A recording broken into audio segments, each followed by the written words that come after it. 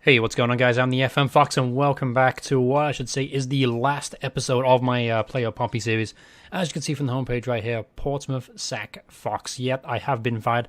It took us one game after the last save. I'm going to show you how that went down. It was an absolute disaster zone. We lost 5-0 away to Oxford. There was no doubts about the result whatsoever. They completely played us off the park. I'm not even going to show the highlights. I'm pretty fed up.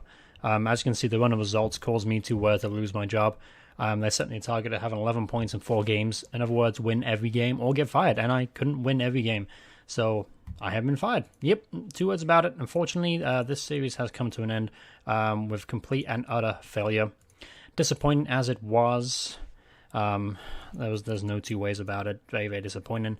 And as you can see, Andy Watson, apparently the Notts County coach, wants to be the next manager of Portsmouth. I'm going to go ahead and skip forward to the end of the season to show you how Portsmouth did after I left. But as for me managing Portsmouth, it'll be no further. Alright, be back in just a few seconds to show you the end of the season results. And we're back. Alright, so we skip forward now to the end of the League 2 season. And as you can see, Portsmouth actually did a lot better after they left. They they finished in 8th place, just 2 points behind the playoff chasers. If I performed much better at the start of the season, they may have gotten them enough to get into the playoffs, which is, I'm sure, what they were desperately hoping for. After I left, they brought in a couple players, Noah Nosworthy and Danny Hollins, both on loan, respectively. Andy Watson took over the club. He was the Notts County coach beforehand. Did a great job. As you can see, Ryan Taylor finished off the season with 30 goals. And that is such an impressive total. He actually first scored 26 in the league, which made him the top scorer in League 2 overall. Most assists, I know, let's play stats real quick. I know for a fact that in the assist rating, yep, Jed Wallace is in there. And I know that Andy Bartram did a great job too. He had 15 assists on the season. So he did a wonderful job. 2 players I highly recommend.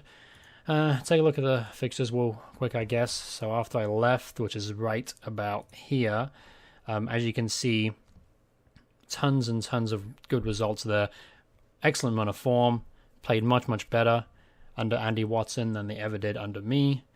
Which is sad to see, but you know what? It's not a big deal when it comes down to it. I'm a Saints fan through and through.